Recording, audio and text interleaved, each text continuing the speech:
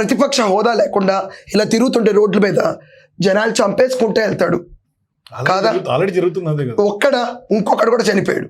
ఇద్దరు చనిపోయారు ఈ యాత్ర. ఒకటేమో డైరెక్ట్, ఇంకోటేమో దీనికి పునాది ఏంటి? ఈ మహానుభావుడు చెప్పిన 175 మాట నమ్మి బెట్టింగ్ వేసి చనిపోయిన ఒకతను, అతనికి విగ్రహం దండేద్దామని వెళ్ళి 2 దండలు సిద్ధం చేసుకున్నాడు. మళ్ళీ ఇప్పుడు వీటన్నిటికీ ఓదార్పని తిరుగుతాడు. మళ్ళీ రాష్ట్రంలో ఎక్కడ ఏ మూలకి వెళ్ళడానికి సందు దొరికినా డబ్బులేనాయండి వీళ్ళ దగ్గర. రాష్ట్ర ఖజానా నథింగ్.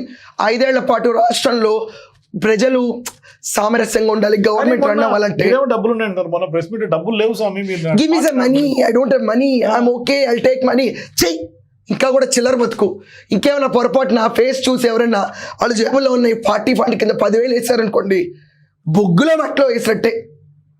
ఇవన్నీ ఏదో రాజకీయాలండి. ఎవడన్నా నమ్మి ఆ అమాయక మోహన్ చూసి ఎవరన్నా డబ్బులు వేస్తే ఆ పార్టీకి నాశనం. ఇదేమన్నా అమరావతి ఫండ్ అండి, ఇటుకు ఎంత అని పంపించండి అని చెప్పి అమరావతి స్టార్టింగ్ అప్పుడు ఇచ్చారు. అలా అనుకుని వేసారు. అమరావతి ఇటుకలాగా అయితే డబ్బులు అందరూ మోసపోతారు. శవ రాజకీయం చేయటమే ఇతని పని.